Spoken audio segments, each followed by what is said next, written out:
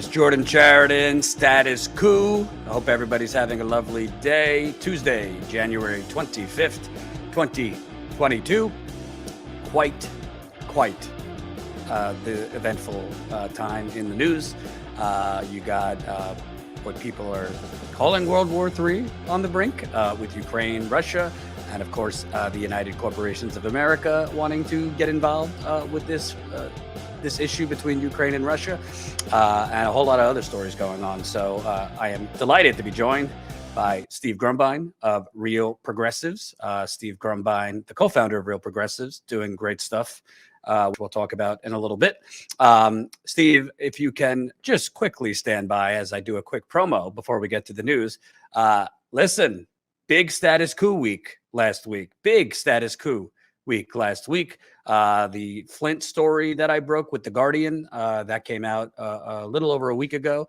We were fortunate to get on a bunch of different shows to highlight the story. We've gone up a whole lot of subscribers, so welcome if there's any new subscribers here. We have gone up nearly 100 paid Status Coup members, and membership is how we grow. It's how we fund the investigative reporting. It's how we fund the on-the-ground reporting, which I'm hoping to get back on the ground pretty soon. So alert to new members that signed up for $5 a month. This Thursday, 7 o'clock Eastern time, 4 o'clock Pacific, is our monthly members call through Zoom. So it is a Zoom call. I will be there. Tina, who does freelance reporting for us, will be there. Colin and his cats will be there.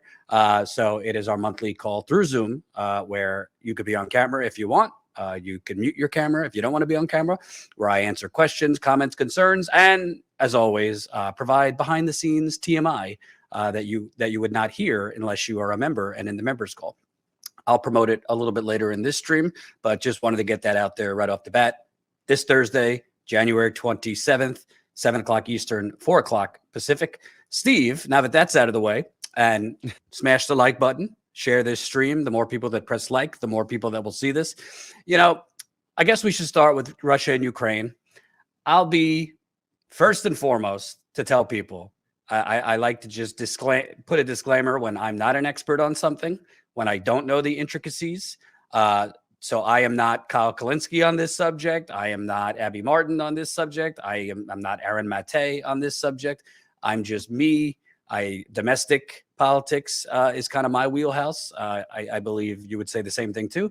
But you and I were talking before this that there's some stuff that we don't hear anyone talking about in relation to the Ukraine and Russia standoff.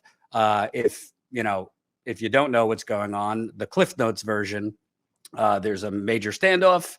The media and the neocons are huffing and puffing that Putin and Russia is about to invade Ukraine. There is military buildup. Russia has reportedly put 100,000 or so troops on the border between Ukraine and Russia. The U.S. is arming everybody and their mother. Ukraine, other post-Soviet Union states around Ukraine.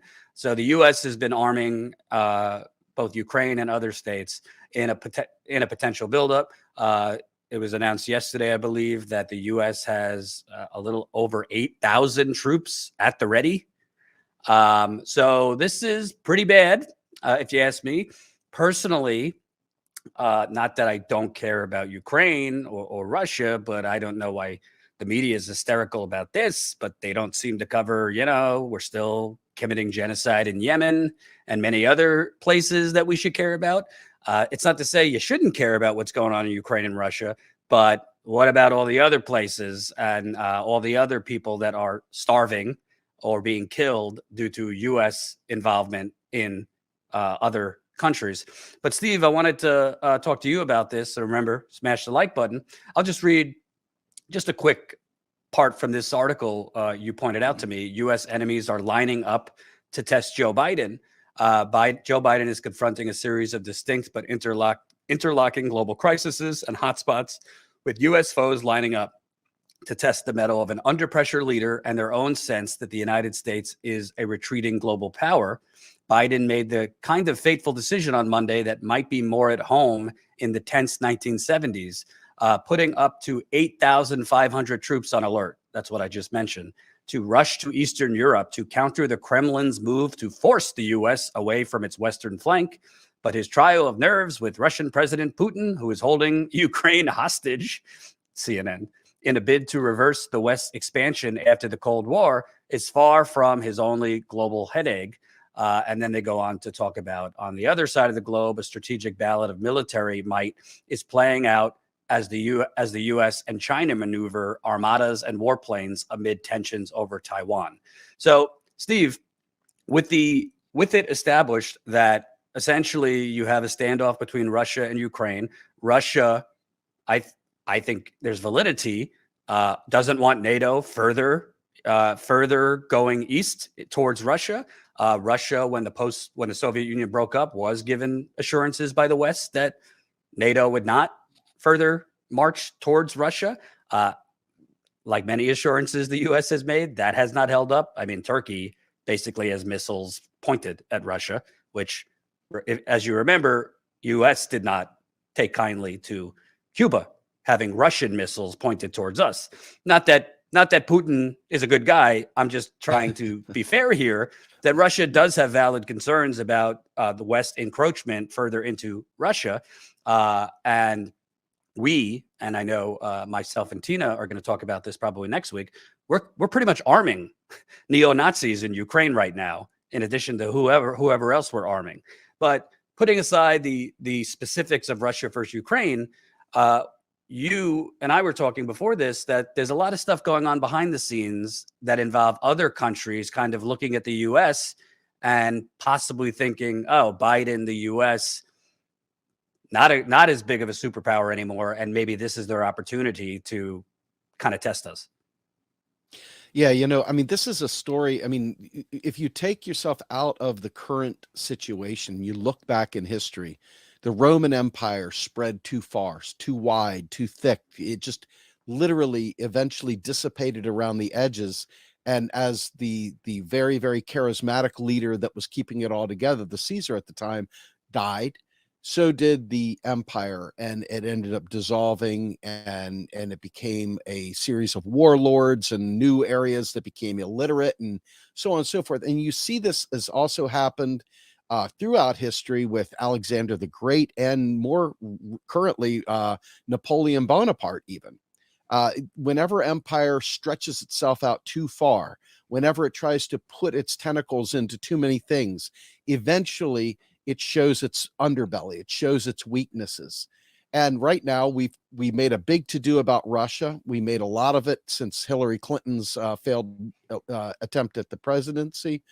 And now all of a sudden, the Democrats are in power, and so they're trying to shift their focus away from Russia and over to China, because they're trying to use this as leverage for the Build Back Better mindset, if you will, looking at the insane, great, awesome infrastructure that's been built up in China and using that as a new form of Cold War to gin up support domestically for a lot of robust spending. So really, really, once again, using Cold War style rhetoric to try to boost the economy. Well, all the while, we've got the Ukraine situation playing out, and Putin's looking at us and he's saying, the tiger's got his eye off me for a minute. Let me see if I can slip one by him here.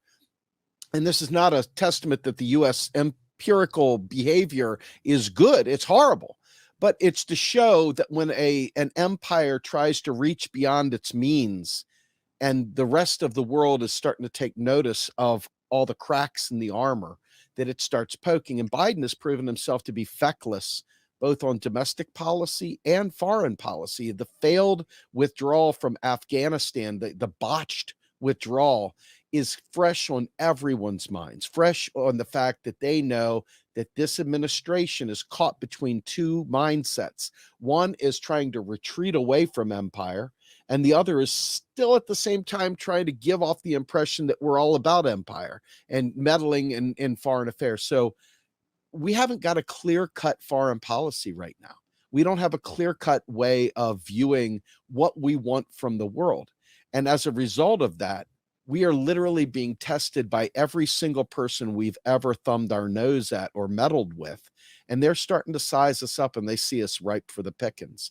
I think in particular, the Russia-China dynamic plays out even more so because both of those players are very instrumental in our discussions with Iran and understanding their nuclear capabilities, but it's also directly tied to Korea, North Korea. And so then add in all these other aspects, with obviously China desperate for us to take our eyes off China for a minute so they can continue what they're doing. I think it's got a real potential to create a lot of problems for us. Right, wrong, or different, indecision. You said something that I want to drill in more, because you said the U.S. on one end is trying to end being, empire, but on the other end continue. I don't know. Did I miss something that the U.S. is trying to No. end being a global imperialist and empire? Because he got out of Afghanistan. We still have a whole lot of private contractors there. Blah blah blah blah blah. I, for one, I don't really care. I mean, I feel for the Afghanistan people. We have crippling sanctions on them right now that is starving the Afghanistan people. So he got out, but now he's starving the Afghanistan people. I for one, it was going to be messy no matter what if we got out of Afghanistan. But can you kind of explain more that China and these other countries see the U.S. as trying on one end to kind of pull back on empire? Well, so you look at it with Russia, the U.S. really wants to not be focused on the Ukraine. The U.S. really wants to not be focused on that area at all. They really desperately want to pivot to this whole concept of China being the new bad guy. They really need China to be that boogeyman, and to be able to take on China and Russia at the same time. That's too much for anybody. That just in and of itself is a massive, horrible Cold War. I mean, it was one thing to be at Cold War with Russia back during Reagan and so forth. It's another thing to take on two superpowers at the same time and try and dilute your power and your strength there while simultaneously dealing with North Korea and simultaneously trying to deal with Iran and others. So I think a lot of this comes down to the fact that the U.S. is trying to appease to some degree the internal desires of the nation to get out of these wars, which is why he pulled out of Afghanistan, even though, to your point, those private contractors are still there and they still have sanctions crippling them, which is an act of war, in my opinion, as well. But it's not the same thing as the incursions. I mean, you look, 8,500 troops are at that European line there by the Ukraine. 8,500. It's not a lot of troops, but it's enough when you're dealing with an incursion into that area. That's not what we want to spend our time on. I mean, that's not where Biden's trying to. He really desperately wants to pivot to China because all of his domestic spending for infrastructure is highly dependent on being able to put the focus on China's efforts with all the things that they're doing there. And literally, without being able to make that the crystallized focus of his domestic agenda to build back better in this, he's got nothing. So everyone's looking at him and realizing he's got his hand in too many cookie jars right now. There's too many things going on, and they recognize that if he turns his head to the left, that they can do something to the right. And that's what you're seeing now. All these different enemies that we've set up realize that we're stretched too thin, that we can't be all things to all people, and that we can't have the kind of focus to deliver the kind of efforts that Biden's trying to do in the U.S. And they know exactly what he's doing. This is not like they're not dumb. They all know that Biden's using them as a pivot to try to get domestic policy approved. So it's kind of a triangulation by using foreign, geopolitical arrangements to gin up support like we did in World War II when you had all the factories going at the same time. So in one way, there's some nobility in terms of trying to get the domestic economy booming again, to rebuild the infrastructure, to do all these things that would have made him like an FDR. If you remember old Bernie saying Biden's going to be like a new FDR. But this foreign policy blunder, if you will, and I don't know if you call it a blunder so much as a complete and utter miscalculation of how many fires are out there to be put out. And so I think he's also underestimating the hard-nosed, hard-line stances that a lot of these countries are taking that are, quite frankly, tired of the U.S. having a say-so in. So, to your point, NATO, go ahead. Well, I think it's interesting, and I want to break it down for people that might not understand, because even I don't fully understand. Again, foreign policy is not really what I focus on. But it seems to me that China has been investing for 2 decades now. Easily. Massive buildups in renewables, clean energy, transportation, giving massive subsidies to citizens who buy electric vehicles, this and that. And it seems that Biden and the Democrats, well, maybe the Republicans too, instead of looking over at China and saying, hey, on an economic aspect, they're going to lap us soon as the global superpower economically, and kind of turning to the donors, because again, we do live in the United Corporations of America, and saying, hey guys, gals, my masters, you have to allow us to spend more money. You have to allow us to actually invest in the country. Instead of that, he's turning China's investments into a Cold War and trying to instill fear in people, instead of actually, I don't want to say complimenting, but actually pointing out like the competitive nature of it, that this country is lapping us. They're doing all the things we should have done 15, 20 years ago. They're trying to basically, in a way, create Russiagate, but Chinagate. Do I have that kind of right? Yeah, that's exactly correct. I mean, when you look in my opinion, we can't acknowledge that China is better than us in this space. That's just not the American way to acknowledge someone else doing something right. We have to demonize them in order to make our machine move. Our machine doesn't move for the right things. It only moves when there's an enemy. When we can gin up an enemy, when we can create an enemy, then everybody pulls together in pursuit of said enemy.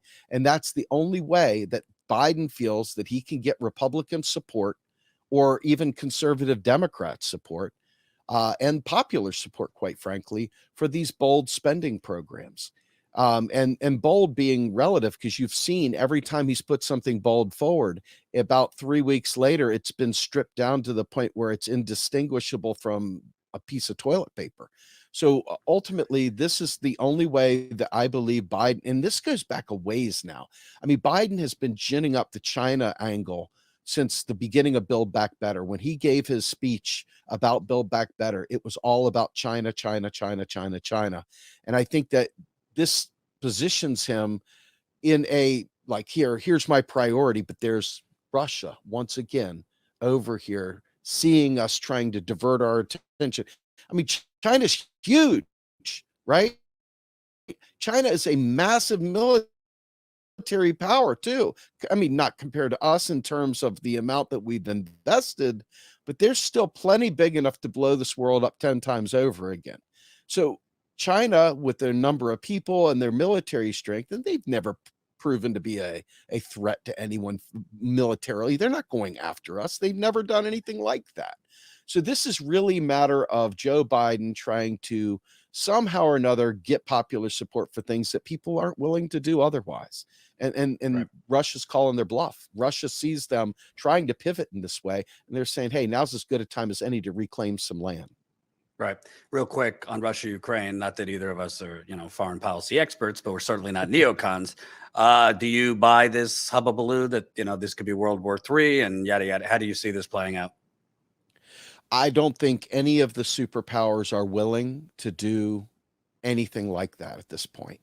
I think a lot of this is used purely for triangulation games to get something they want done. It's really more a matter of leverage. Am I right? I don't know. I think I am. I think that this really is, from the US perspective, what do we want from this? What do we want from this? We want popular support for building out our infrastructure. What does China want out of this? They want us to turn our head away so that they can continue doing what they're doing with Hong Kong and so forth. What does Russia want? They want us to turn our head back to China so that they can do what they want with Ukraine. And each of these groups has their own agenda. What does Iran want? Iran wants a nuclear plan. They want to be able to have the sanctions lifted, and they want to be free to move about the cabin, so to speak. So each of these groups has very, very fundamentally different angles that they want to achieve. And so I don't think war is on anyone's agenda, but we both know that war is one of the primary ways that countries that are in a stagnating economy can actually prime that pump. When you start refueling the war machine, that gets the economic activity going once again. And so this has always been a way of kind of preventing recessions in a weird way is, hey, let's go to war. Let's go ahead and get the military machine ramped up. So you notice that federal spending is slowed down. And with federal spending slowing down and most of that money going to the top, that leaves the rest of the economy without a whole lot of money. They like to look in aggregates at all the money that's been spent. But when you look at distribution, the lower tier people, most of us, didn't get any money out of this. So the economy will slow down without that spigot being on, and they know that. And so because they failed at domestic spending, they're looking at potentially war spending. This is a way of ginning up. We need defense spending. We need this. We need that. So just sort of look at these things from a standpoint of, I don't believe it's World War III. I don't believe anyone's stupid enough to do that yet. But then again, hey, these are stupid people that have goals that exceed my, peon brain understanding. So it wouldn't shock me at all if something happened, but I don't think it's World War III.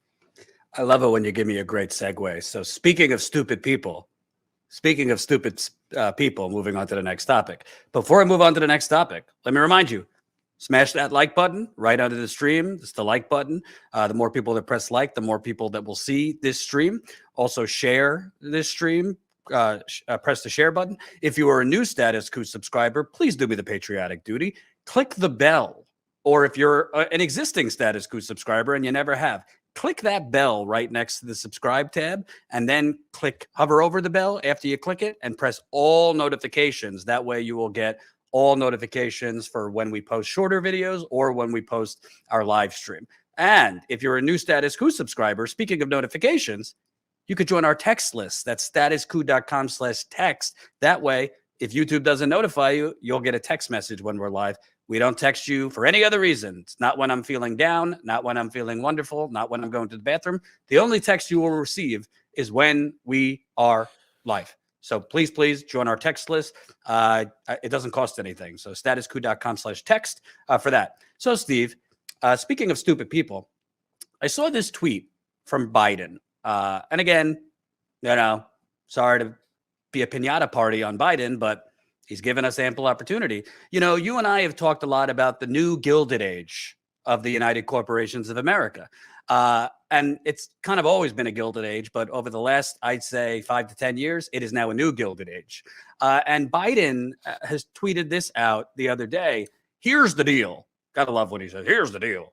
America is the only leading economy in the world where the economy as a whole is stronger than before the pandemic. Our economic plans are working. Let me repeat. Here's the deal. Corn pop. America is the only leading economy in the world where the economy as a whole is stronger than before the pandemic. Our economic plans are working. So we could get into which economy he's talking about is stronger, whether it's the economy for you or I and our viewers, or for his donors. But it's funny that he tweeted that because that's been kind of their talking point, that we've created the record jobs, that unemployment is down, the stock market's up, everything's wonderful. Everybody has ample money, as Jen Psaki said on The View. Just go to a kickboxing class and drink margaritas. Okay, relax. My advice to everyone out there who's frustrated, sad, angry, pissed off, feel those emotions, go to a kickboxing class, have a margarita, do whatever you need to do this weekend, and then wake up on Monday morning. We got to keep fighting. We'll fight. That's literally what she said on The View. So a new poll is out.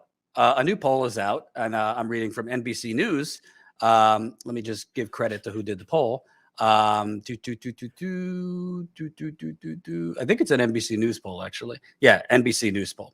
So, according to the poll, 72% of Americans say the country is headed in the wrong direction, essentially unchanged from the 71% who held this view in October. It marks just the 6th time in the poll's history when 70% or more have said the nation is on the wrong track in back-to-back surveys.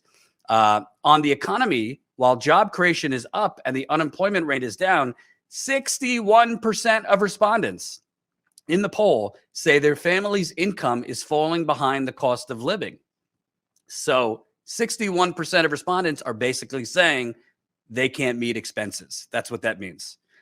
That's compared with 30% who say they're staying about even, and 7% who say their income is going up faster. So 7% is doing good, basically. And here's the chart. June 1996, 50% were falling behind. And now January 2022, 61%. So 61% say basically they're falling behind on expenses, while Biden is crowing about our economy is the only economy stronger before the pandemic. And just a quick reminder, this goes to other statistics. This is from 2019. Nearly 40% of Americans can't cover a surprise $400 expense.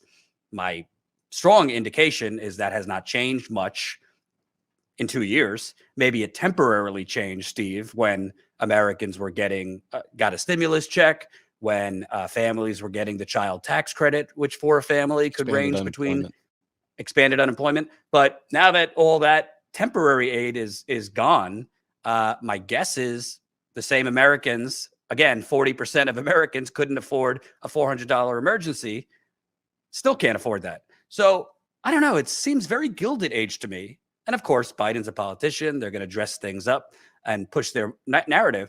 Seems very Gilded Age to me that Biden is putting out this message that the economy is better than it was before the pandemic, that he's saying our economic plans are working. I don't know what those plans are yet. I don't know. 61% is a big number. Cannot meet basic expenses, not to mention the other statistics I gave you. And oh, by the way, Colin, if you have this too, although we have a strike wave, we have strikes forming around the country. Union drives are going on around the country. We've seen some victories. The Kroger workers who are on strike in Colorado just ratified a new contract. Look at this chart. We're at 10% of employees are unionized in this country. 10% of employees are unionized in this country. That's down from 20% in 1985. So the floor is yours, Steve. New Gilded Age much? Yeah, I think this is a bigger deal than I think anybody realizes. When you take aggregates, he says the economy as a whole, right?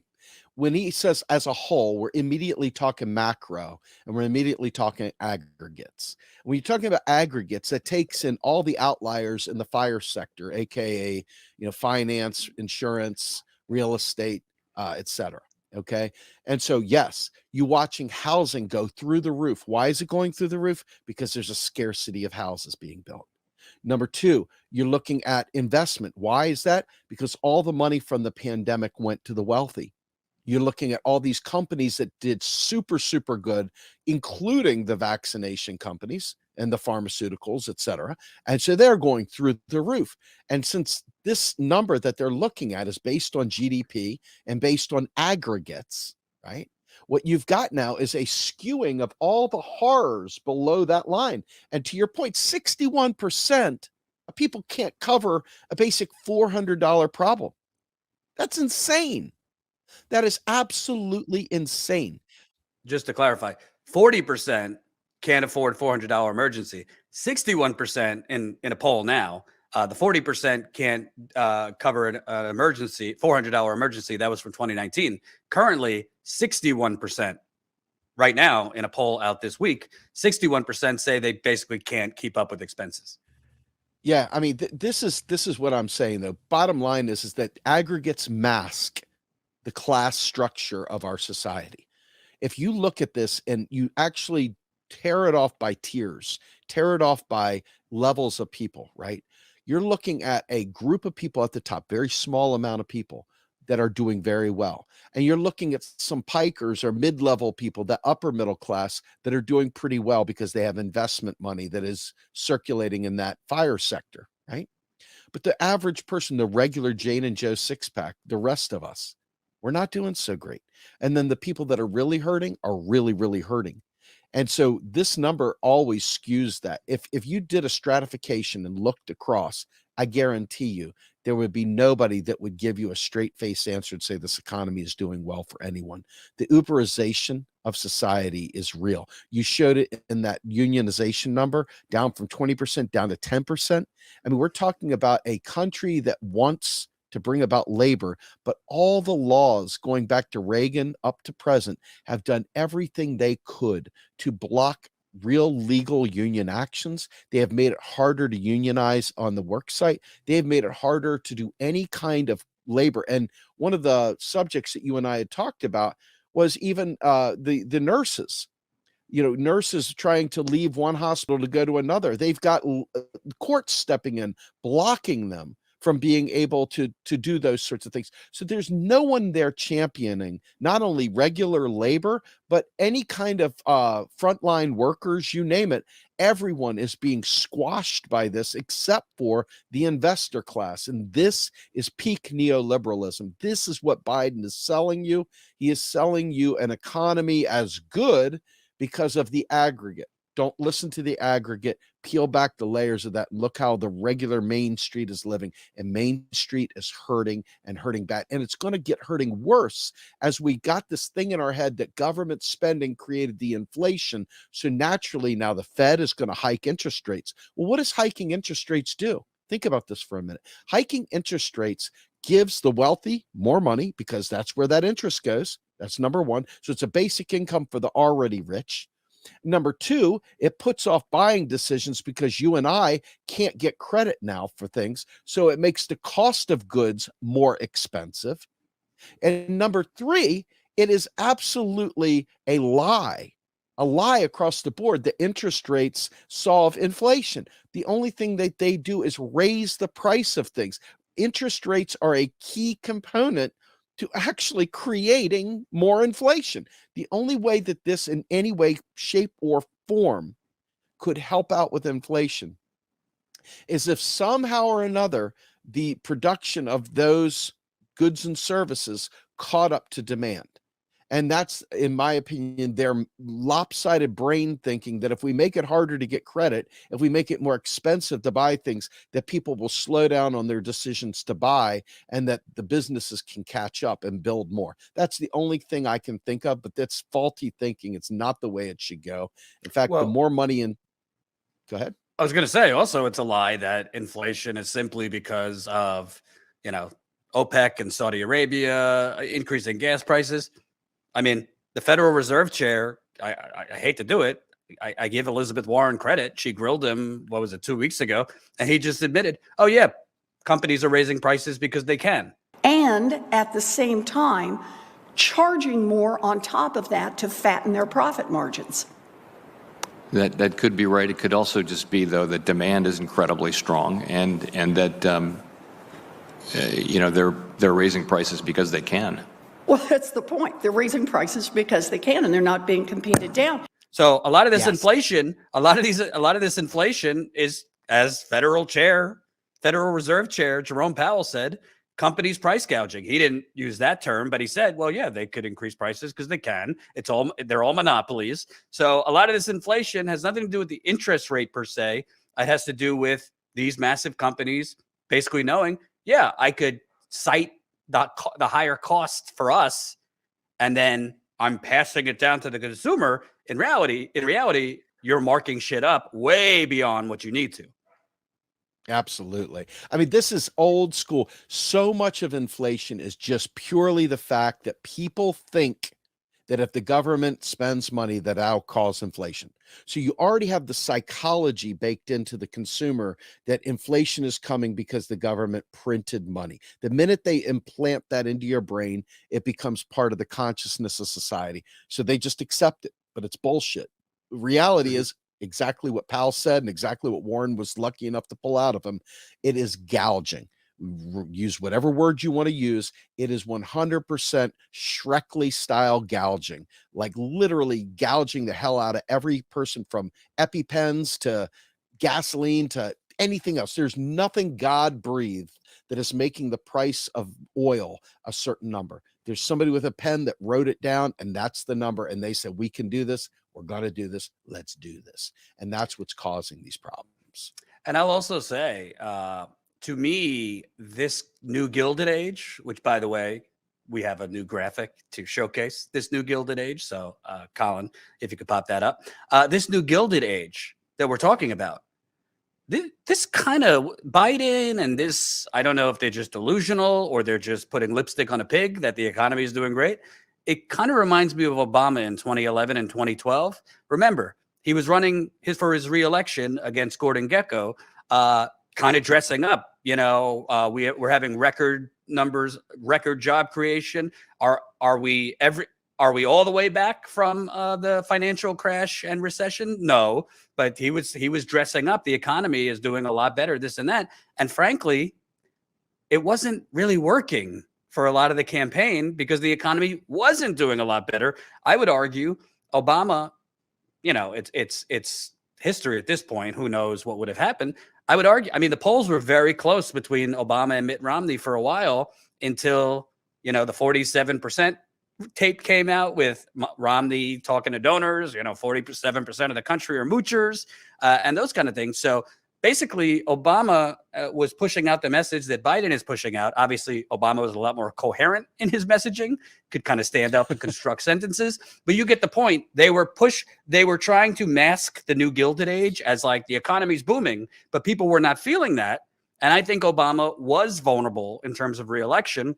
He got helped out by a bad candidate, by, you know, really terrible things the candidate said. Frankly, it's revisionist history. I actually think if Trump would have ran in 2012, he could have beat Obama potentially.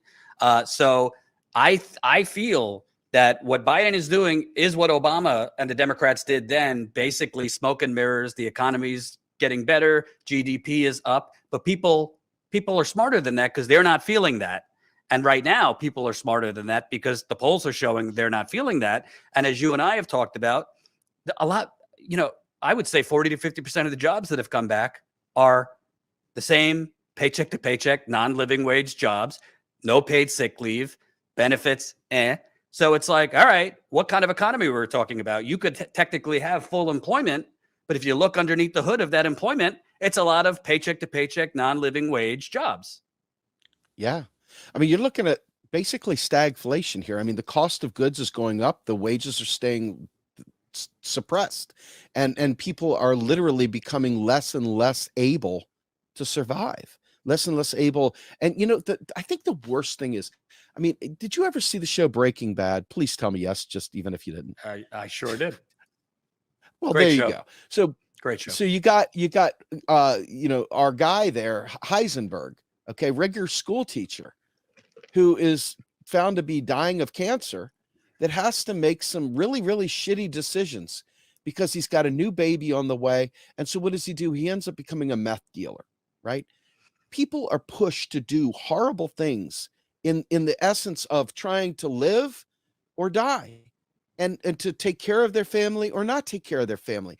And so all of a sudden now people are making decisions that are, it's like the lesser of two evils. The only difference is that it's worse or worse or worser. You know, you don't really have a good choice.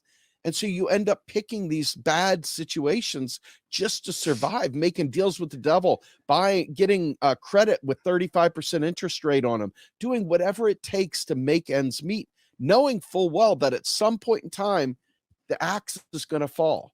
Knowing there's no chance to get out of this debt hole. And this is going on all the while. We're pumping out this concept of good GDP. And I don't know if our viewers understand this, but GDP is gross domestic product. In other words, it is like every bit of economic activity that the nation does. It's indiscriminate. It doesn't matter whether the financial transactions are based on cleaning up an oil spill from a tanker, or whether it's cleaning up hurricane messes, or whether it's simply getting good doctors and nurses. Maybe it's giving healthcare. It's all things, all activity. So when you look at GDP, it's also talking about all that financial transactions in Wall Street. It's not talking about you buying bread. It's not talking about you paying your electric bill. It's not talking about you making sure that your children have a roof over their heads. If we carved that off and we could look at that, it would be a very, very different picture we're talking about. But I think it's very important that everybody understands that when you hear them talking about these things, what they are in fact talking about literally is aggregates with the intention of obscuring the very specific details below it we're all suffering through. So don't be snowed by these words as a whole. As a whole is code for macro, aggregate lies, intentionally blocking you from seeing the struggling that is really going on. Absolutely. And a quick reminder before we move on to the last topic. This Thursday, if you are a new Status Coup member, because we've gotten nearly 100 new members, 100 new signups over the last week, thanks to the Flint story I wrote and getting on other shows, and that brought in new viewers. If you are a new Status Coup member or an existing Status Coup member, we're having our members call this Thursday, 7 o'clock Eastern time. That's 4 o'clock Pacific through Zoom. So you'll get the Zoom link if you're a member. This also applies to Status Coup patrons. So you will get the Zoom link, 7 o'clock Eastern time, 4 o'clock Pacific. It's through Zoom. You could have your camera on. You could mute your camera if you don't want to be on camera. We answer questions, comments, concerns. I usually give way too much information, TMI. Colin and his cats will join us. Tina will join us. She's a freelance reporter that does some work for us. So definitely join us if you're a member. If you're not a member, sign up right now. StatusCoup.com/join. Become a member for $5 a month. That is 16 cents a day to support Status Coup, to support our investigative reporting, and to help fund our on-the-ground reporting. We have not been in the field over the last few weeks because I didn't really want to get COVID twice, but we'll be back out there as cases continue to decline. Money don't grow on trees. I'm not the Federal Reserve, so we can't print it. You are funding the investigative reporting on Flint, the on-the-ground reporting elsewhere. So please, if you can, $5 a month, statuscoup.com/join. Looking forward to that members call. Steve, this story is really something, and it just shows we don't have a free market. We have a Gilded Age, and we have a market dictated by corporations and hospitals and the wealthy.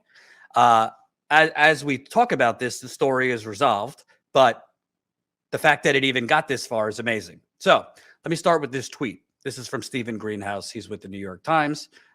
He's used to be with the New York Times. Crazy. When 7 Wisconsin hospital workers quit to work at another hospital for better pay and work-life balance, the first hospital didn't try to match the second hospital's offer. It instead got a judge to issue a temporary order blocking the workers from leaving. What? So let me go, take you through memory lane. I don't know about you. When I worked for other people, long time ago, I worked at Fox News, for example. Right? Dark day. If you have questions, we could talk about it on the members call. I worked at Fox News, second media job. At first I worked in local television in college. So I went to Fox. I said, hey, I got an offer from MSNBC. Fox asked me how much it was for. I told them they're giving me a $10,000 raise. Fox actually offered to match it, but I didn't want to be at Fox anymore, so I decided to leave. This would be the equivalent, not that I'm a healthcare worker, this would be the equivalent of like Fox News going to a judge and saying, this person is breaching, we can't go on without this person, and somehow it's a life-threatening thing if this person leaves. Literally what this hospital did was say, these 7 workers who are at-will employees, so they're not on a contract. They could come and go as they please, and the hospital could fire them as they please. In this country, you don't need much of a reason. But these workers, what happened was they, felt underappreciated, didn't have a work-life balance, crazy hours, all the things that nurses and hospital workers I've spoken to over the last few weeks, very common. Hospital workers are being worked down to the bone. There is no work-life balance, particularly during COVID. So they got an offer from another hospital for more money. They go to their hospital. They say, will you match? The hospital says no. And these workers are like, all right, I'm giving you my notice. And the hospital literally goes to a judge to basically stop them from going over to the new hospital, claiming it's a public health emergency, this and that. Let me read a little bit from the article here. 7 healthcare workers will be able to start their new job at Ascension St. Elizabeth Hospital in Appleton, Wisconsin, after a judge dismissed a temporary restraining order Monday that was barring them from doing so at the request of their former employer, ThedaCare. So to be clear, initially the judge granted the injunction that temporarily stopped these workers from moving over to the new hospital, but now, thankfully, the judge saw the light and dismissed it. Outagamie County Circuit Court Judge Merrick McGinnis ruled that ThedaCare's arguments were not enough to uphold the injunction. McGinnis said that he signed the initial restraining order Friday because of the gravity of the situation that ThedaCare laid out in their complaint. Wisconsin statute says the court should give substantial weight to any adverse impact on public safety when deciding what to require in the order. Let me go down a little bit. Employees say ThedaCare's actions were hurtful after years of service. Testimony on Monday from the employees who worked together for years at ThedaCare's Nina Hospital, or Nena, I might be mispronouncing it, described a tight-knit team of technicians and nurses who wanted a better work-life balance for themselves and their colleagues. Kaylee Young, a former interventional radiology technician at ThedaCare and the first of the group to apply to Ascension, said she had worked at ThedaCare for almost 11 years. She had planned to stay there, but became disgruntled last March when 2 other employees on her team were let go for reasons that she didn't think were right. At that point, she said she began to look for other work because her position requires her to live within 30 minutes of the hospital. Ascension St. Elizabeth was her only option. She applied for an open position at Ascension at the end of last year. The offer she eventually received from Ascension will give her, quote, life-changing money and fewer weekends that she needed to be on call, making it easier for her to be at home with her family. She encouraged the other technicians on her team to apply for other roles. When they each had received offers, they approached ThedaCare on December 21st and asked if the hospital would match the offers. They were told they would not be matched and that ThedaCare leadership understood the seriousness of losing all 4 technicians, but was willing to let them go. But Young said on Monday she would not return to work at ThedaCare, even if the injunction was upheld. It hurt to have her former employer argue that she and her colleagues don't care about the good of the community. So, Steve, this public health emergency, that if it's such an emergency, which COVID is an emergency, they didn't want to match these 7 workers. Let me just give you a little nickels and dimes here on ThedaCare. ThedaCare features 460 beds and has generated approximately $734 million annual net revenue. Let me repeat. Wow. 460 beds has generated approximately $734 million annual net revenue. In fact, I'm reading from Ensemble and ThedaCare named winners of HBI's 2020 Annual Revenue Cycle Awards. So they won an award for their revenue. 734 million annual net revenue. That's a pretty damn good haul. Let me also read. This is from Fitch Ratings. ThedaCare's operating risk assessment is strong, with operating EBITDA margins averaging close to 9% over the past 3 years. ThedaCare has managed well through the pandemic, receiving a total of about $83 million in relief funding, with 27.7 million remaining to be recognized in fiscal 2021. So, folks, break it down. This company, $734 million in net revenue, and they got $83 million in free money from the government. They wouldn't match these 7 workers, whatever raise they were getting from the other hospital. But instead of actually matching it, they went to a judge to stop them from at-will movement to another company. It's mind-boggling, Steve. I mean, I'm happy the judge, after initially granting the injunction, tossed it. But just the fact that this hospital did that, underneath, Steve, if you look at it, this stuff's going on all over the country. I'm talking to nurses on top of the horror stories you hear about the COVID patients and overflowing emergency rooms and how many patients they are dying, while they're having to see this. They're talking about the understaffing that hospitals, instead of giving them raises and hazard pays, are offering traveling nurses like $2-3 grand more to come to their hospitals. Yet this hospital that's, it seems, making money hand over fist, instead of just paying these workers more, went to a judge to stop them from exercising the free market. Yeah. So we got a couple things going on here. I want to take it two different angles because it's really important to see both sides of this. Not that there's two sides to their story, but there's two sides to the story that we need to see as people. So number one, I just want to break down EBITDA. EBITDA is expenses before interest, taxes, depreciation, amortization. And it's one of those typical business things that they look at. And I mean, they're kicking ass, right? They're making a lot of money. However, the burnout that has occurred in frontline hospital workers and the burnout that had occurred in hospitals in general, not just, the nurses and doctors, but, gurney, x-ray techs, phlebotomists, you name it, all those people is very real.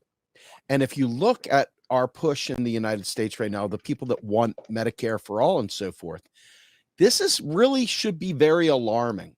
Forget the expenses, forget the pay, et cetera, for the moment. There is a shortage of these individuals. People have left the workplace, period. They don't want to do it anymore. They want out. And so that means that you need more of these people trained and ready to go for us to have enough doctors, nurses, whatever across the board. We need all of those people to give Medicare for all if we were to do something like that. If we were to have a healthcare service, we need many, many more of those kinds of workers. That should show us right off the bat that we have not prepared properly to support a move to Medicare for all or anything like that, as an aside. Now, back to this.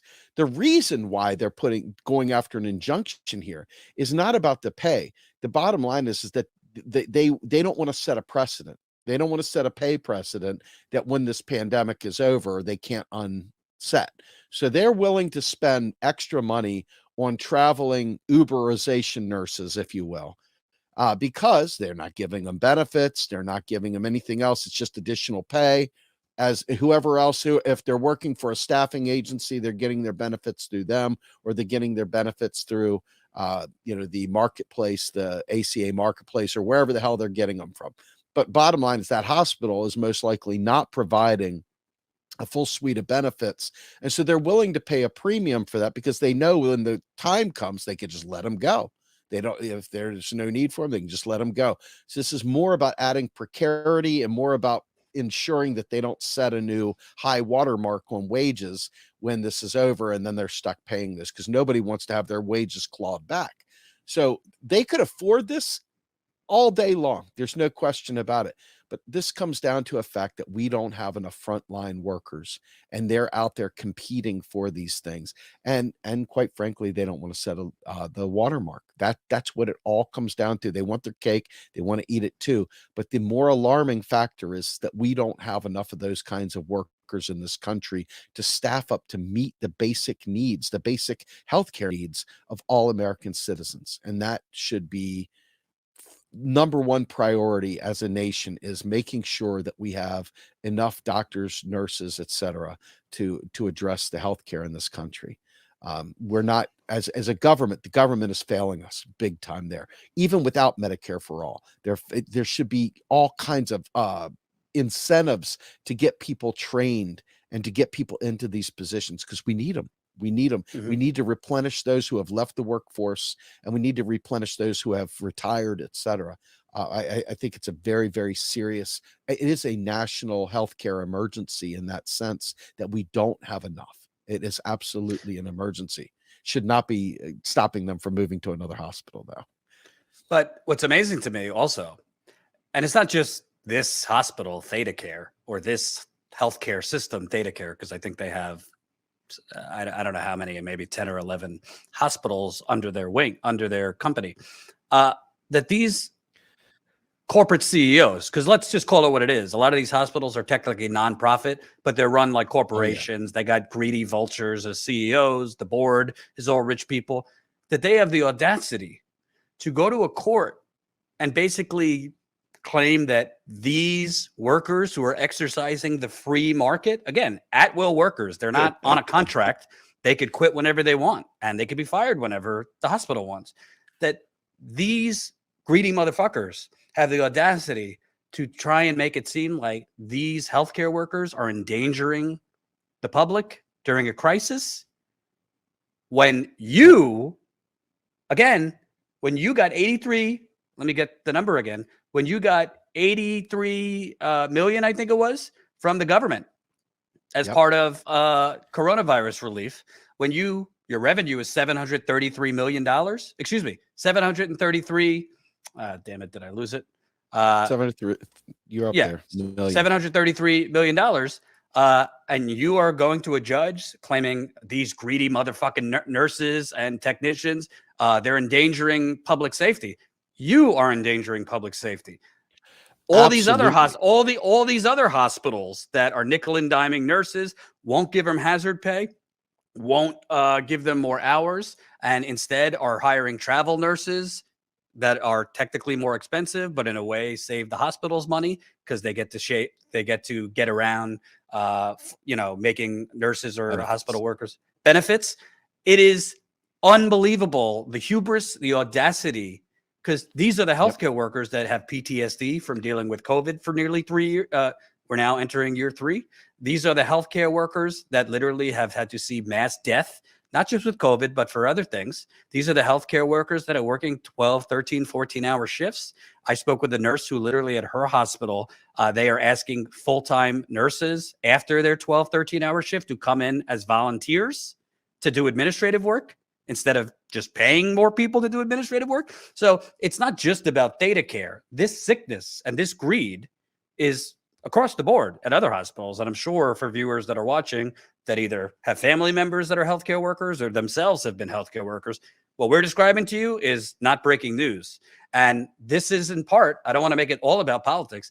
This is in part why more than any other lobbying group, possibly more than any other lobbying group, why they fight fiercely the most to stop a universal healthcare system. Because a universal healthcare system, sure, you could have some private care, but it would basically wipe this out. All of this for-profit, non-profit, same shit, different day, greed, and get rid of the middleman and get rid of, maybe not completely get rid of, but significantly put the power back in the government's hands to disseminate healthcare rather than the for-profit, non-profit industrial complex. If they are going to be serious, anytime the federal government gives money for a given cause, in this case, there should have been an encumbrance that would make them invest in training new nurses, creating programs to create new doctors and nurses, incentivizing nurses, whatever it would be. There should be some sort of thing there that creates new nurses, new doctors in the pipeline. If there's not training for that, and there's no incentive right now, right? I mean, just because they need those things doesn't mean that there's anyone actually funding those things. And so this ends up being a delta. And so it's like everybody's like, I'm not going to say anything. You're not going to say anything. I'm not going to say anything. So they're waiting for someone to pony up the bill to train these nurses and doctors to fill that void. The hospitals getting all that money, part of that should be encumbered to train and to secure that pipeline. Since that didn't happen, it's just here's the money. Do whatever you want with it. Here, you earn this, take the money. There is no incentive to force that into being. And so they, instead of putting their efforts in training new people and recruiting new people and bringing new people into the hospital, they would rather go to a court and have an injunction put on the people because they didn't plan for a rainy day. They didn't plan for this kind of thing because ultimately they're in it for the money. And that's it. That's it, period. And this all, by the way, falls under the umbrella. Build back better. Back to normal. That's what's going on. And by the way, it's Biden, it's the Republicans, it's all of them. We live in the United Corporations of America, right behind me. And the United Corporations of America is why hospitals like ThedaCare get to file injunctions to stop workers from moving on to a better job. Again, it's over. The judge initially issued the injunction and then, dismissed it. But just the very fact that they did this and what's underneath that how much money is this hospital making? That they cried, oh, these nurses are greedy and they're endangering the public by leaving during a public health crisis. No, you are greedy. The hospital is greedy. The CEO is greedy. The board is greedy, not the brave workers on the front lines. And by the way, you could apply this to teachers, to Amazon workers, Amen. to factory workers, to meatpacking workers, to Kroger workers, across the board. Steve, tell the audience, where can people find, you're now doing Monday, Wednesday, and Friday, I believe at noon, the Rogue Scholar. The Rogue That's Scholar. correct. Tell people what that's right. about. Instead of the Rhodes Scholar, the Rogue Scholar, right? And so what we've been trying to do is be able to piece together a short lunchtime version of some of the educational stuff that we do with Macro and Cheese, trying to do it in video format during a time that most people aren't doing live streaming. We try to find a sweet spot in the fold, and hopefully it keeps growing and growing. We've had some really good people come through here. We've had Professor Steve Keen. We've had Fadl Kaboub, and we had Mike Sionato the other day, great labor writer for The Guardian. And we've had our friends from Reset Race talking about reparations. It's a great opportunity. Friends like Jen Perlman have been on. I'm hopefully have you on sometime. And they're really just short, 30-minute type interviews, discussions, where we try and talk about something very important that probably the other groups, they're not talking about, not in the way that we're talking about them. So it's an education, it's entertainment, and hopefully you find value in it. And that's Monday, Wednesday, Friday noon on Real Progress in Action YouTube channel. And of course, my Saturdays start at 8 a.m. We have the podcast Macro and Cheese, which is absolutely the thing I invest myself the most in, this Macro and Cheese. It's a really, really good podcast, high visibility across the world. We've got great listenership all the way in Australia, Europe, the US, obviously. So please definitely check out the podcast. You can find this on our website. You can find it on any podcasting platform, Macro, the letter N, Cheese. And of course, on our website, realprogressives.org. And I really encourage people, because it makes a big difference. For example, when I was on Brianna Joy Gray and some others, and they call for people to subscribe, it makes a big difference when bigger channels can tell people and kind of give you a boost to subscribe. So go subscribe right after this to Real Progress in Action on YouTube. Like Status Coup, they're not getting boosted in YouTube's algorithm. They're also not doing a lot of this kind of reactionary, hot take, all caps fluff. Right. They do like real substantive reporting, very similar stuff that we do on economic exploitation, financial schemes. So go subscribe to Real Progress in Action on YouTube. And even if you can't watch at noon, Monday, Wednesday, and Friday, it's 30 minutes. So if you got a car ride, a train ride, a subway ride, if you're like me and want to be a dipshit and try to listen or watch shit in the shower, which I try to do while not ruining my phone, 30 minutes, I think, is doable for people to watch, listen, share. So go subscribe, Real Progress in Action. And yeah, on the weekends too, I've been on Macro and Cheese. They're doing great stuff. So thank you, Steve. We'll see you back here next week. Thank you so much, Jordan. Appreciate it, man. Take care, everybody. Absolutely. And a reminder, folks, one more time, because we want to make this coming members call one of the biggest ones. And we have a lot of new members that just signed up recently. So this Thursday, so 2 days from now, 7 o'clock Eastern, 4 o'clock Pacific. So 7 o'clock Eastern, 4 o'clock Pacific. We're having our members call through Zoom. So you'll get the link before the call. Members get it, patrons get it, and it's fun. We usually go an hour, sometimes hour and a half, 2 hours. I answer your questions, comments, concerns. It's very interactive.